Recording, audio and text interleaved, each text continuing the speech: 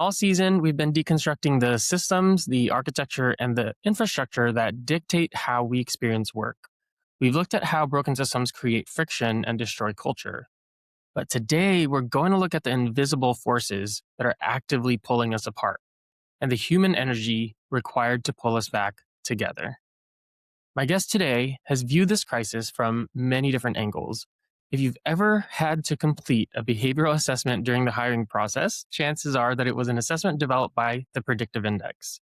Matt Poepsel is a U.S. Marine Corps veteran, a PhD in psychology, and the vice president and godfather of talent optimization at the Predictive Index. He's the host of the Lead the People podcast and the author of the book Expand the Circle. From his military service to the executive boardroom, Matt kept witnessing the exact same pattern. Stress, market disruption, and anxiety push us towards self-interest and away from collective success. He calls this the Entropy Economy. But he also built a framework to fight back.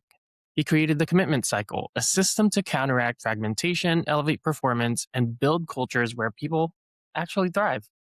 So today we're going to explore why traditional leadership is failing to keep teams intact, the crucial role of intentional design in talent optimization, and how to harness the human energy of true commitment.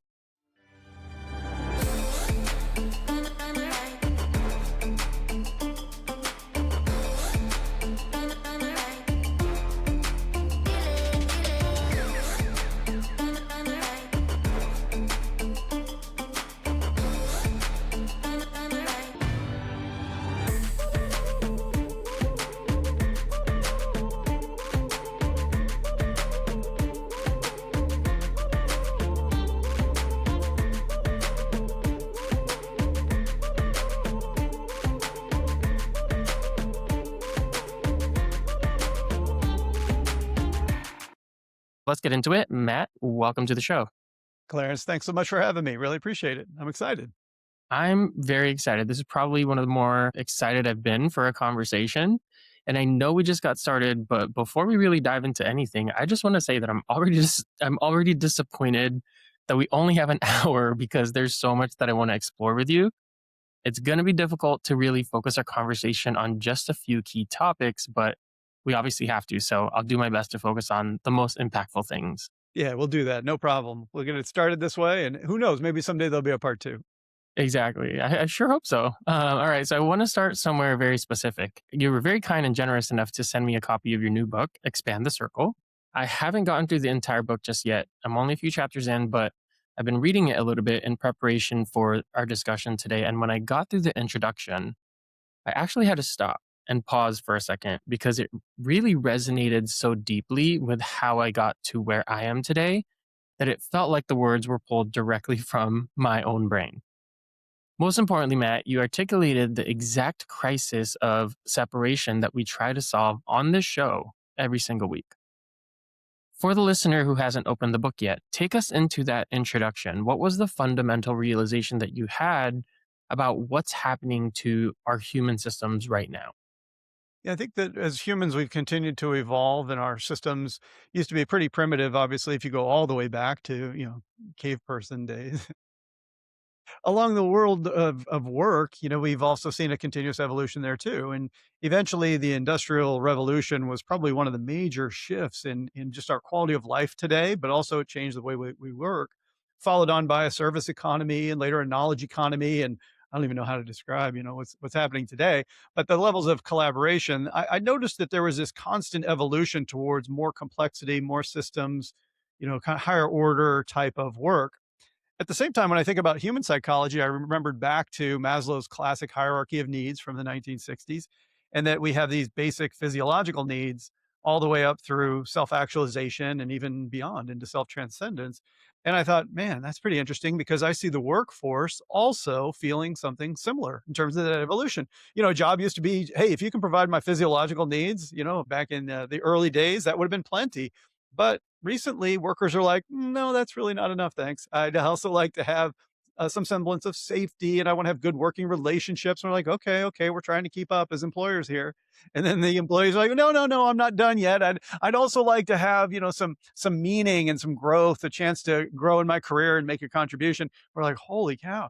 And so it's not surprising that we continue to, the elevator only goes up, right? In both the world of work and in the nature of the work itself. Yeah. Well, what I think is interesting is that we hear a lot of accepted standards right now blaming quiet quitting, lazy generations, remote work for this disconnect that we feel. But you point out something that is much, much bigger than that, and you call it the entropy economy. You say that technological advancement and market disruptions are separating us faster than we can hold our systems together. What exactly is the entropy economy? Why is the old playbook of just trying harder or demanding more loyalty completely failing to counteract it? Yeah, I think when we think about leadership and we think about organizations, it's really about the collective. It's not about one person doing one thing. You can think about even the most high profile people in the world, like a Taylor Swift. How much human systems are built around Taylor to be able to let her do what she does so well. So, when you look at the most impactful things that happen on our planet, it comes from collectives of people working together. But when you think about the economy, a lot of it's wired to satisfy our own individual needs. So when you think about something as an example, like same day shipping from Amazon, well, every time you order a product, as menial as it might be, and you can get it the same day, you're not going out in town. You're not having a conversation with somebody who's a storekeeper. Well, what about Netflix? Netflix would be very happy to keep you at home and watching all that great content and not showing up at your local Rotary Club. And it's not; these aren't value judgments. This is just a reality of the byproduct. And probably one of the one that's most pronounced is when you think about your algorithm that's on your feed as you're scrolling through your favorite platform of choice while the TV's on in the background, and you might have a romantic partner, spouse, even your kids in the same room. Everyone's getting a very individualized experience. So there's a lot less overlap and shared humanity here. So the reason that we say the entropy economy is because the things that are designed to produce our own individual conveniences are actually at odds with the collectivism that we need at work, that we need in our communities, that we need in our families. And I think there's this natural sort of deconstruction and fragmentation that takes place as a result. Well, help me understand a little bit more because, historically, when we look at, just to be a little bit more specific, the US economy, the US culture, right? It's a much more individualistic culture. And I recognize that the problem that we're experiencing isn't unique to the US, it is a global issue, right? But when we look at cultures that are traditionally more individualistic, how does that fragmentation come into play when we're trying to, or when we're recognizing that the problem can be solved with more collectivistic approaches? Again, historically, culturally, we're more individualistic. What is that? How does that friction make it difficult or impossible for us to move forward using more collectivistic approach? Yeah, there's always a natural tension between competing goals, competing styles. And we experience this, for example, just in our own individual behaviors when we say, I'd like to go out and hang out with my friends, but at the same time, I'd like to get to bed early because I want to, show up work early tomorrow. So there's Hmm. always a natural tension between competing goals that we might hold. When you start to bring that into an organizational context, now all of a sudden it's sales versus marketing, right? It's engineering versus quality. It's people who are very extroverted versus people who are very introverted. It's boomers versus Gen Z. All of these types of things really just speak to the fact that sometimes self interest is distant, meaning your views and what you seek and need, and you need to hit your number so that you look good for your boss, and I need to hit my number so I look good for my boss, and never the twain shall meet. When those distances are not that far apart, then you find that there's enough sort of gravity between us that we can hold things together no problem.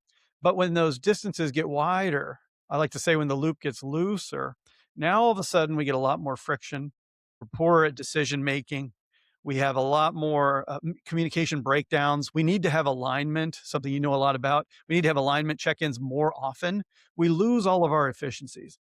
So when something comes into the workplace, like a shift to remote and hybrid work, all of a sudden it disrupts and it distances. And now all of a sudden the efficiencies we may have had before begin to break down. Now you bring in fear and anxiety from AI adoption. All of a sudden, people retreat into self protection mode. They distance themselves. And now, as our loops loosen, then all of a sudden we really run into a lot of those inefficiencies again. And now all the productivity we had hoped to get, all the innovation, all the collaboration, there's a tax on all of it. Yeah. Yeah. Well, I think a lot of that comes down to really what's the most critical piece in terms of finding a solution in this whole thing is leadership, right? All of this comes down to leadership, how we lead ourselves, how we lead others. And in the very first episode of this season, I argued that the traditional leadership playbook is broken. My guests, John and Lisa Gates, they pushed back a little. They argued that the classic principles of leadership still hold up, but it's the application and the interpretation that have to evolve for today's complex landscape. You take this evolution step a little bit further by introducing the concept of enlightened leadership. Self awareness is a critical foundation that is too often missing in how we apply those classic principles, which is exactly why we have a hard time collectively finding the right solutions. But you point out that true self awareness doesn't happen in isolation. It comes from what's being reflected back to us by those around us, by our environment. How does, or walk us through how enlightened leadership closes this gap? And why is that reflected self awareness the missing link in how we approach leadership today? Yeah, I think self-awareness, it does require both, I would say almost equal doses of introspection. So being willing to examine your own inner world of thoughts and reactions and all these types of things. But it's almost as if you were in a universe with no mirrors. How would you know how you look? It'd be really hard, right? So we need to borrow others' eyes to see ourselves more clearly. The reality is that there's so many hackneyed analogies about can't read the label if you're inside the bottle and all these kinds of things. But I think there's truth to it. I think there's this understanding that every time we look at anything through our own lens, we're seeing a filtered view of reality. And we may think, for example, like, oh, everybody loves it when I tell jokes during meetings. And then you come to find out, no, they don't. No, they don't. Your brand of humor is not landing. Something as innocuous as that, we've all had that aha moment of like, really? I had no idea, right? And thank goodness that somebody is willing to point out our faults. A lot of times, in ancient proverbs, they say that our own faults are difficult to see, but the faults of others are quite easy to see, right? And I think this is very true. So I feel like self-awareness is incomplete if we only feel like we've examined our own sort of experiences and our attitude and our perspective on our behaviors, our thoughts, our values, our ethics, whatever it might be. We need to at least take an active curiosity when it comes to how others are experiencing our leadership. I think that so much of what happens in the leadership domain is it gets very much focused on the individual and it's very sort of contained within that person's behaviors and how they show up and executive presence, et cetera. Too little is paid on how others experience that leadership. So when we turn that aspiration, we turn that lens to the other's perspective, and we hold that up just as high as the results we deliver, and certainly how we feel authentically ourselves, that's a really composite picture now. Because we're seeing the effect, the outcome in the world, we're seeing how others experience themselves, and then we see what our own experience is like of having, acted in that way as a leader. That's what I call taking perspective from the outside in, but when it comes to accountability, working from the inside out because we're the only thing we can control, right? Yeah, absolutely. I'm curious, walk me through kind of the process that you went through or the experience that you went through to come to this realization of what is now enlightened leadership. Yeah. How did you, I mean, you've studied leadership principles, you've studied the classics and you've studied history, you've studied psychology. What, what, what brought you to this point of recognizing that what we need in today's landscape is more of this enlightened leadership approach? Yeah, I'd say being brought to my knees is what brought me to the conclusion. And after 20 years, Clarence, of studying and practicing leadership in the real world, I was a software product manager from individual contributor roles all the way up through becoming executive. That was all built on years of military experience before that. And having studied leadership and coaching at the PhD level, I had a pretty robust training and foundation. But boy, when that pandemic happened, and for me, I had my midlife crisis was scheduled conveniently right in the middle of the global pandemic. I Yeah. don't know, it was the dumbest idea I ever had. But the reality was all of this was sort of happening in the background. And then my father was diagnosed with having a cancerous tumor on his kidney, and he's doing well and enjoying his retirement now. But at the time, it was really a wake up call for me to say, we know how this movie ends. And it led me to these very far reaching, top of Maslow's kind of pyramid of what is life and work all about? And when you don't come to easy answers to those questions, you go looking. And for me, that led me to a path of meditation and studying a little bit more of timeless principles that really shaped a lot of early thinking, period, for us as a species. And I was delighted by how many parallels I found between everything from Buddhist philosophy to quantum physics to modern Western leadership. And things are a lot more connected than we sometimes Yeah. give it credit for. And so all I did was I rewound that and basically started with a blank sheet of paper and basically tried to reestablish what is leadership. If you could take it from the highest and the most ideal, how would it play out?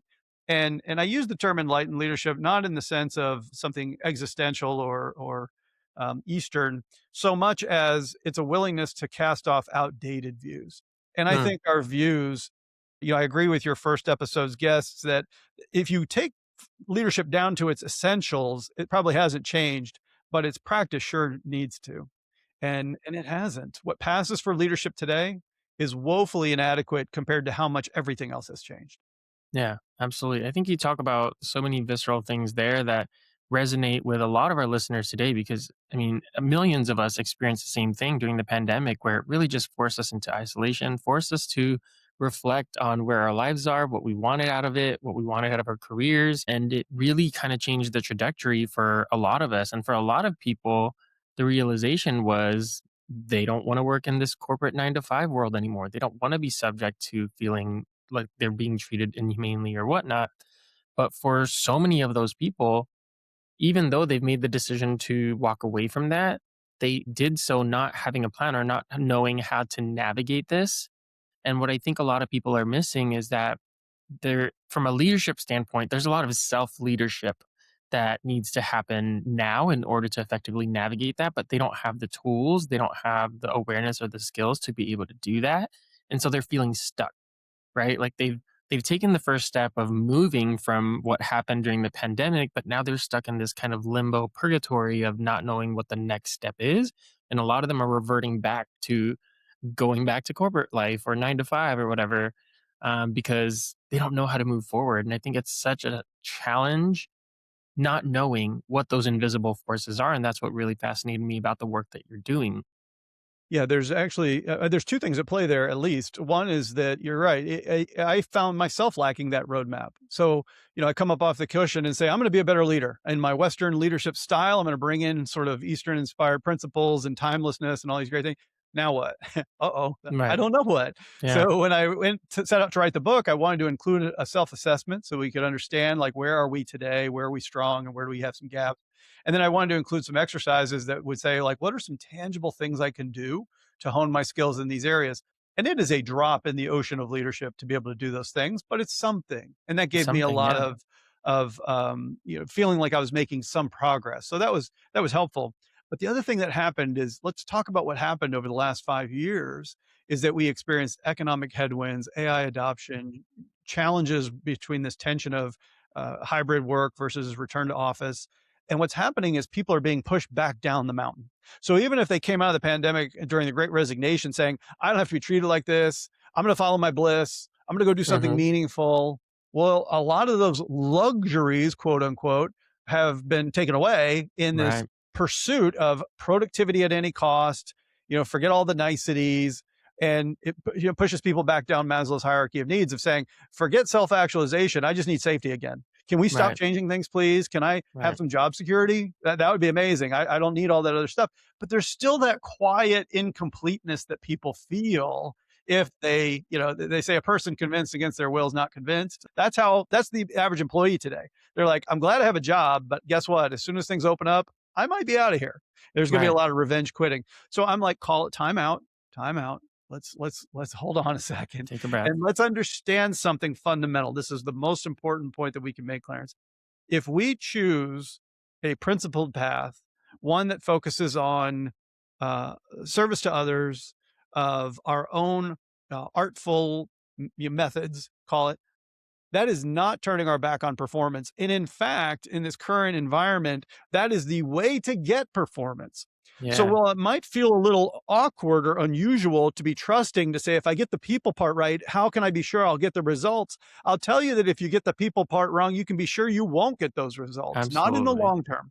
So to me, this is the opportunity that we have to say it's not a false choice to say Do I have to choose between results or relationships? How do I hold people accountable if I don't want them to hate me? This is exactly what takes place within the leader's mind. And again, it's a false choice. If we find a more fundamental way, an enlightened way to move forward, then we can ease that tension.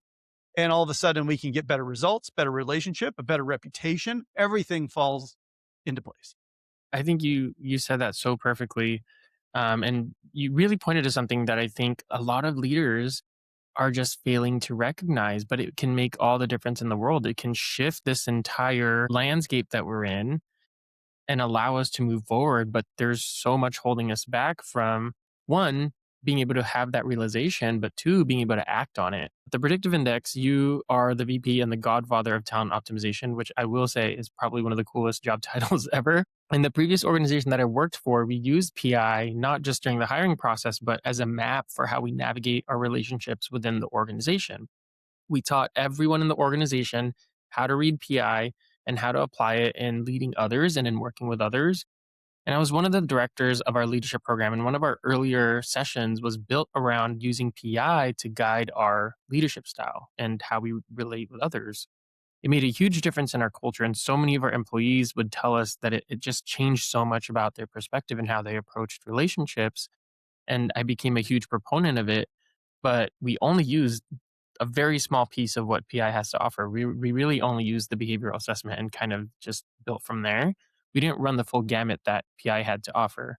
When I left that organization a year ago, I continued to learn more about PI and discovered talent optimization. I did the talent optimization certification, and that experience is what led me here to this conversation with you. A major theme of the work that I'm doing right now, especially with Empowered, is that we have to stop trying to fix the people and start fixing the systems that they're operating in. And you just alluded to this. When an employee struggles, the default leadership error is to slap them with a pip or do something to try to fix them. Where does intentional design fit into talent optimization? For those of our listeners who have not been exposed to talent optimization, what does that mean? When a team is drifting, how much of that is a failure of the individual versus a fundamental failure of the organizational design? Yeah, 100%. Talent optimization is such a fabulous way of just looking at the organization, what it actually does. So many times when we think about it, we look at job descriptions, we look at an org chart. These are not how the work actually gets done. So instead, when we think about how do we hire top talent and how do we, bring in people and inspire them so that they can perform at their best? How do we design winning teams? These are the domain of optimal talent. And when we accept lossiness because we either aren't making decisions effectively or we don't have the right level of trust or we have poor fit in terms of, fit to task, then all of a sudden that's by definition not optimal, right? And it's very, very costly. It's costly in terms of customers who get let down, costs that run rampant, risks that shouldn't be in the business but are, all that friction, that tax I talked about earlier. It's only bad things happen. So to your point, when it comes to trying to get this right, I think a lot of it means that we should start with the system before we start blaming the people. Because you could have a person who's really trying very hard, but if we put them in a wrong fit role, then we set them up to fail.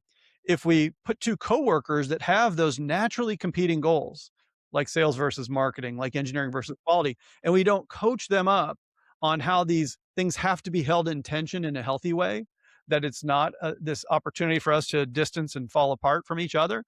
Data and tools like those from the predictive index can absolutely help demystify what's really going on in terms of two different people who have personality differences or two different job functions on a team, of saying, you're being asked to drive a lot of innovation and experiment and try new things. I'm being asked to make sure that we can do it efficiently and safely. Those two things are playing out right now in AI conversations all over the planet. But it's like, how are we going to not fall behind the competition? We got to go fast. Our customers want to go fast. And legal's like, well, hold on a second. We got to make sure that we don't lose all of our IP or do something that's going to land us in court. Natural tensions, right? But if we don't find a way to pre-negotiate those differences, if we can't even see it, to your point, Clarence, if we don't have awareness that these differences exist, we have no shot. Once we have Yeah. awareness, can we have the insight about how it shows up in our current and future business? And then can we take the actions to deliberately design a path forward? That's what talent optimization is in a nutshell. Awareness, insight, action. How do we go through those three steps at the individual level, the peer relationship level, the team level, certainly the manager to employee level, and even the entire culture. So it's not that mystical, but my point would be good luck trying to do that without data. Because you and I Yeah, could work together for months and months and we would learn each other's style, or we could take 6 minutes and we could figure it out and just put the right. conversation to bed right away. Which Yeah. is going to be more efficient in this high speed, high paced, high stakes world of ours?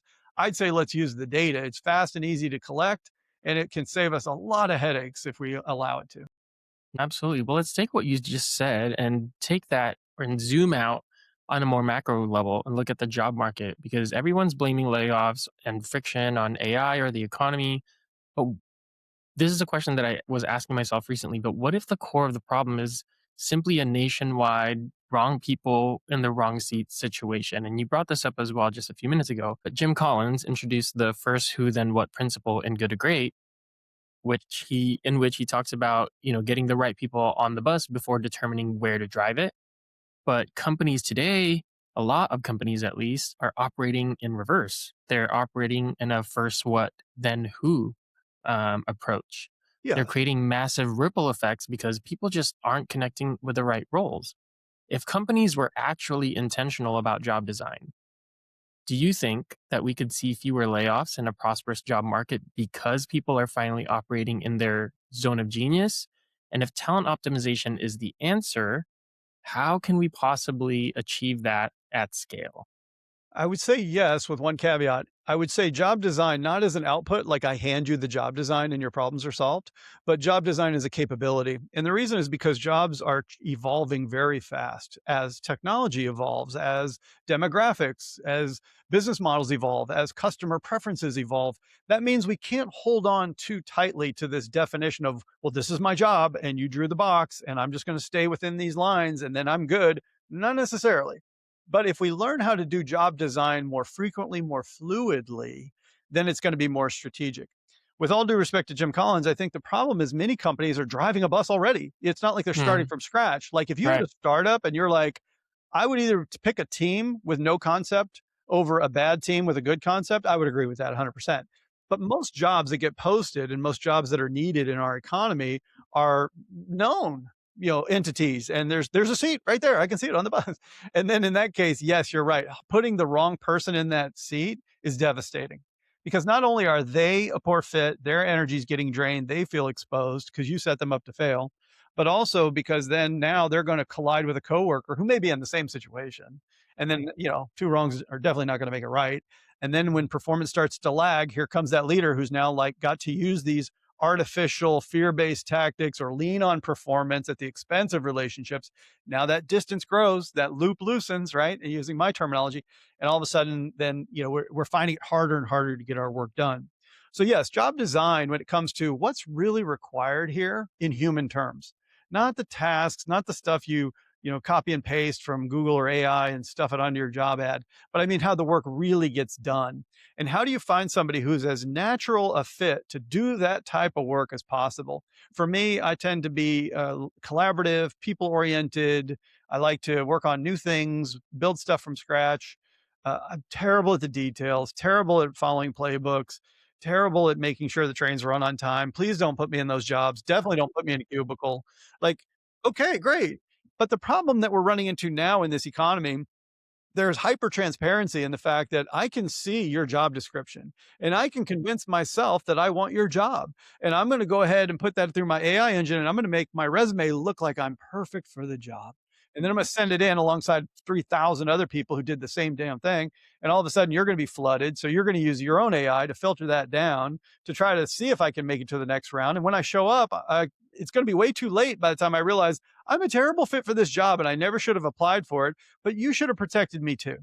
And that's where the behavioral insight comes in of saying, if we know what the job requires behaviorally, we know how it's going to mesh or compete behaviorally with your team members to pull off a collective goal. And we don't assess that in the interview process. It's shame on everybody. Well, I was debating if I was going to ask you this question or not, but since you're here, I'm going to take advantage of the opportunity. One of the things that I'm exploring in my work is the concept of the resume versus behavioral assessments, right? Because, data shows that anywhere from 45% to 75% of companies today use some form of behavioral assessment. Obviously, PI is one of them that are more commonly used. And I'm exploring this argument, this theory that I have that we're using it at the wrong stage of the process, right? Because from my experience, what we're doing is, in terms of the hiring process, we're starting with the traditional resume, cover letter, application, interview, yada, yada. When we identify that somebody might be a good fit, that's when we send them the behavioral assessment to complete.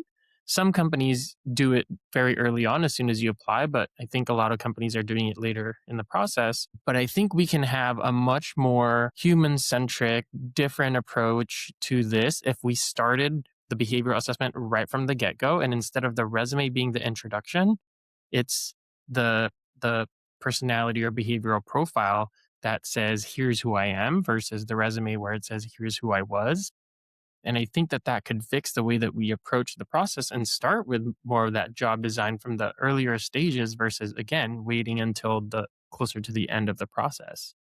Yeah, I would say that it's basically the way I like to look at it is you're purely odds making. You're trying to basically say, for my investment of time, how do we come up with a mutual decision in partnership that this is the right fit all around? And what that means to me is that as the employer, I want to start with the candidate's interest and say, how can I tell you as much about the job as possible so that you can determine for yourself? Because if you read and I provide you enough information about my culture and the role and the realities of it, and you self select out, you actually did me a favor because now I don't have to sift through you because it wasn't going to work anyway. Now, unfortunately, candidates, understandably, let's have some empathy, are fairly desperate in many cases, and they find it very easy to apply to a lot of jobs. So we have to understand that that's just part of the nature of how it's going to be. I'm going to get a lot of people who apply but aren't a great fit. How do you collect as much information in an as economic a way as possible? I don't want to waste your time. You've probably got a resume. Might as well send it. My scanner will kind of give you some scoring. But you're exactly right about the behavioral part too. It's economic to collect that too. It's 6 minutes of their time. It's no additional cost for you as a PI client. I'd put that thing as early in the process as you can because it's one more data point to be able to say, largely looks like a fit. I personally can't even get on a phone screen with a candidate if I don't know who they are through the behavioral assessment. And especially because it's going to shape the way that I have questions for them to verify that they have these behavioral preferences that are going to fit in my environment and the needs for my job. So I can't be as good an interviewer as a hiring manager if I don't have those insights. So I definitely wouldn't want to put it too late in the process when there's no economic penalty, there's no time consumption penalty really on the candidate's part if they're a bona fide candidate. So I'm with you on that. I think that the reality is that behavioral fit's important. How much do they already know versus how much are they going to have to teach? That still matters too.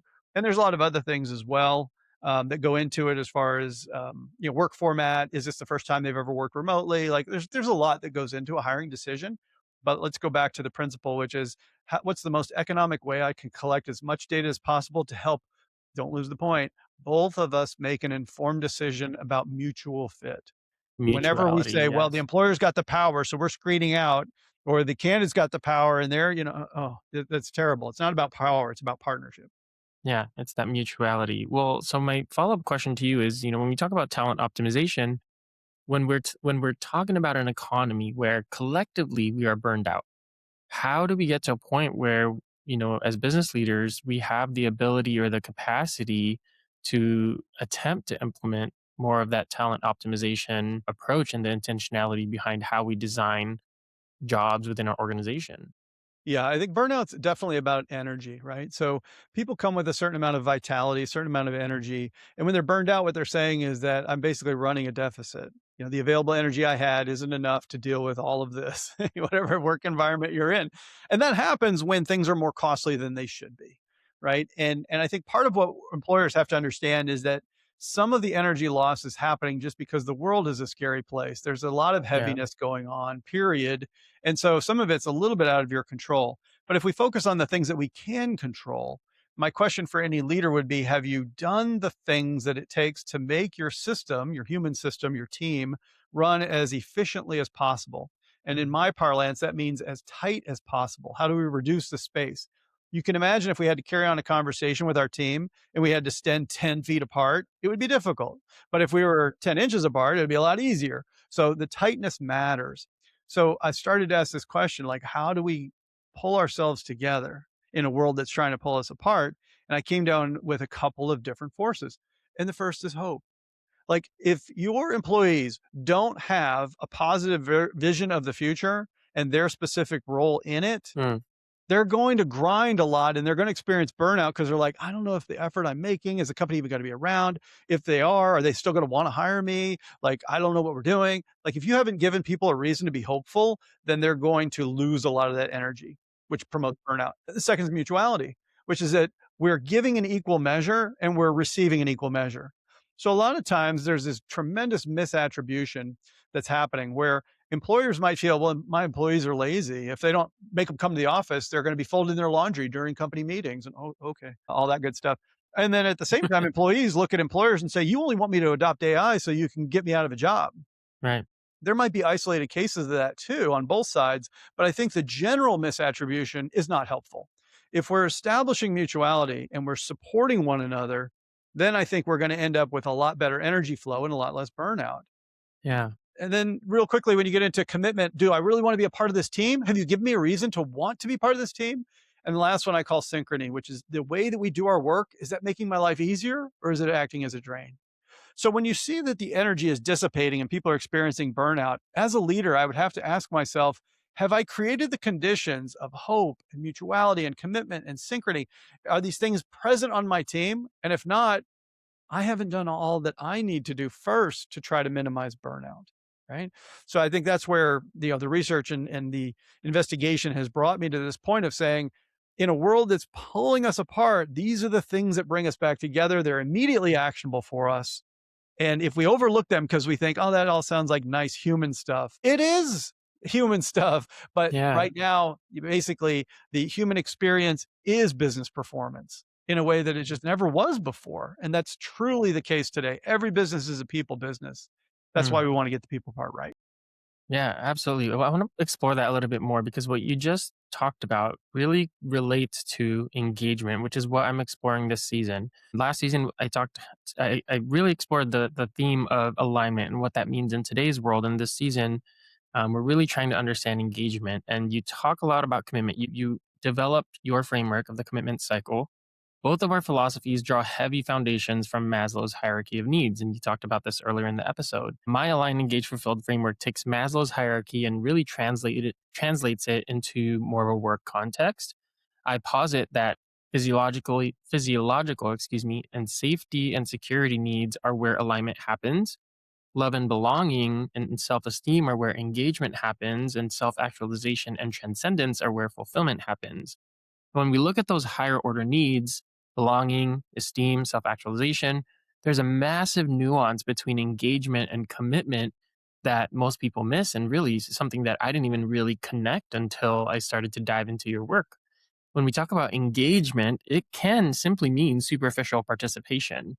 It's an outcome, but commitment is something much deeper. It almost feels like a prerequisite action to that engagement. How do you define that vital energy of commitment? How does an organization move beyond just measuring superficial engagement and actually start cultivating that deeper prerequisite drive? Yeah, when you think about humans being social animals, for lack of a better term, there is that collectivism that's wired into us. It's what allowed us to survive so long ago when conditions were really, really difficult. The nature of clans and tribes and the collectivism that's built into us, it's literally wired into our brains when it comes to our ability to recognize faces and to have entropy and I should say empathy and these types of reflexive expression, et cetera. There's all basically our whole human experience is built around collectivism. And so commitment really to me is that energy, that vitality that happens in a social construct. It's like, do I want to be a part of this team? And basically, when you break down and you say like team identity, do I take on the identity of the group? There's a reason that companies put their logo on shirts and like hand them out because they want you to develop some positive affiliation by being an employee of Yeah. that company, right? And if you put it on because you're like, oh, because I'm at the office party, but as soon as I'm taking this thing off, that's not a great sign. But I feel like there's things basically that engagement relies on this level of commitment. If you're 1 foot out, we've all had those people that we've worked with that are 1 foot out. Their engagement's just not there. It evaporates because they're not committed to the team's work, much less to the team's welfare and its coherence in and of itself. And I think that a lot of times, even something as simple as identity is a missed opportunity. When you think about the team that you're on, what's the name of the team? And if your team is called, department heads, you're like, oh, well, No. that's not, it's descriptive, but it's not, it doesn't generate a lot of energy. And so I feel like that's an opportunity for us to really say, like, what is our identity as a team? And what does it mean to be a part of the team? And what makes it attractive, that magnetism to stay a part of the team?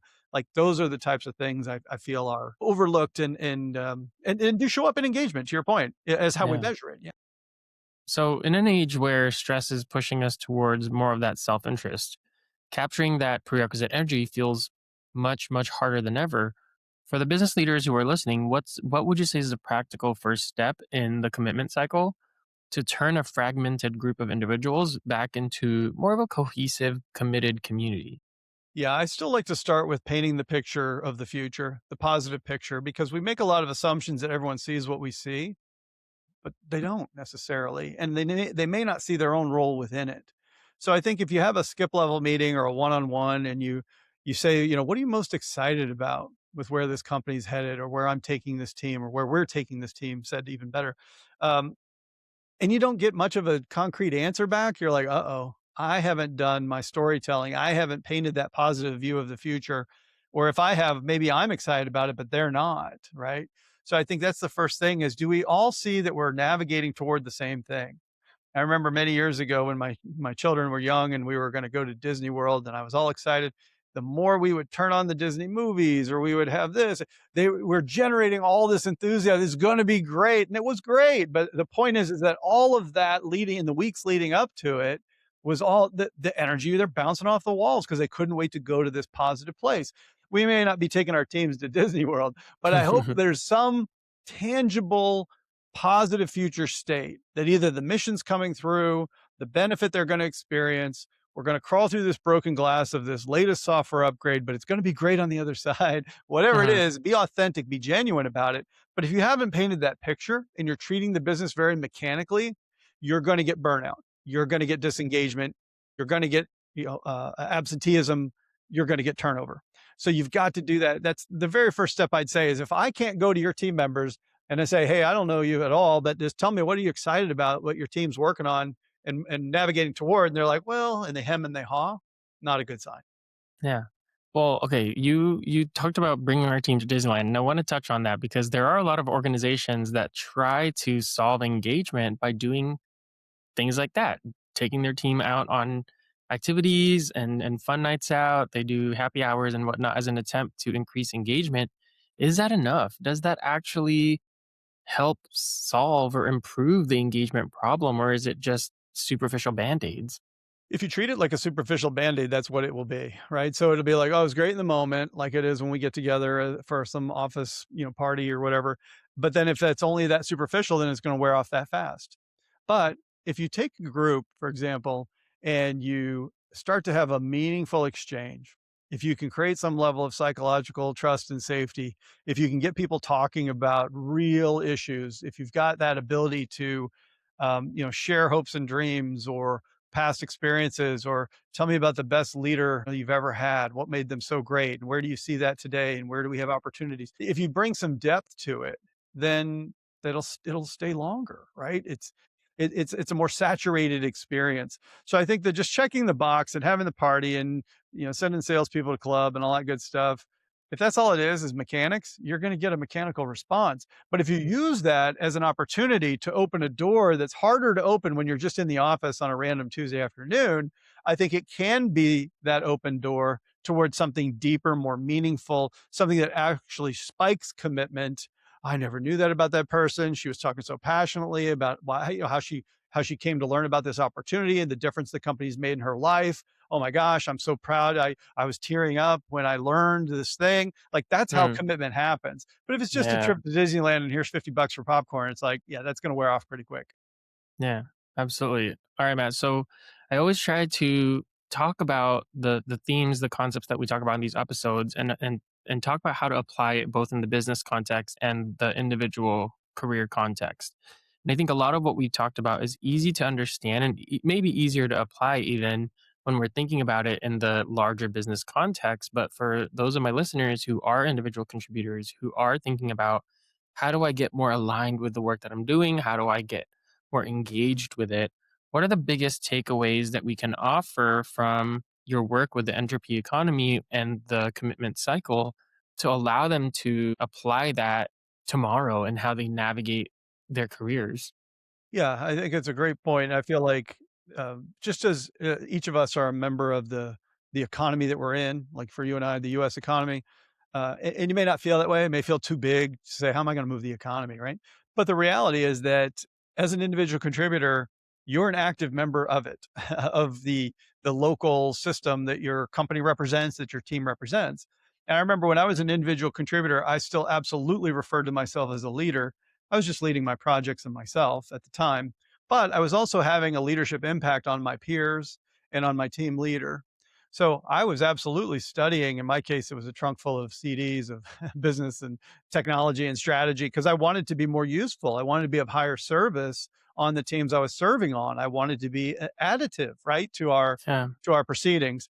So when you have that mentality and you show up to a meeting and you see somebody who seems a little off, the leadership moment, even though you're the most junior person on that team, is to say, "Hey, is everything okay?" That's a leadership action right there. That's as big as anything your team leader is gonna do, setting magnificent strategy 6 months into the future, who cares? You know, the reality is that the way that you show up and the opportunity to improve the system when you're a part of the system is absolutely there.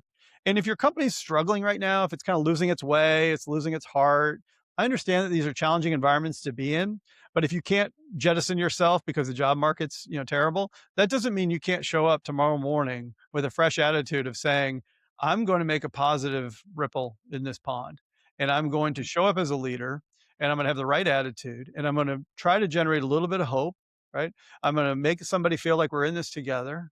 I'm going to make them excited and glad. And I'm going to tell them how much I appreciate what they contribute to the team. Even though nobody recognizes me and I'm frustrated about it, you know what I'm going to do? I'm going to recognize somebody else.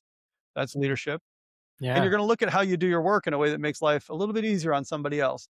And you're going to lead by example because if everyone did that and follows your lead, guess what? Things are going to turn around a lot faster than if you were to say, it's up to the system to solve my problem and I can't control the system. Those are the least successful people in the world, are the ones who are waiting for something to happen.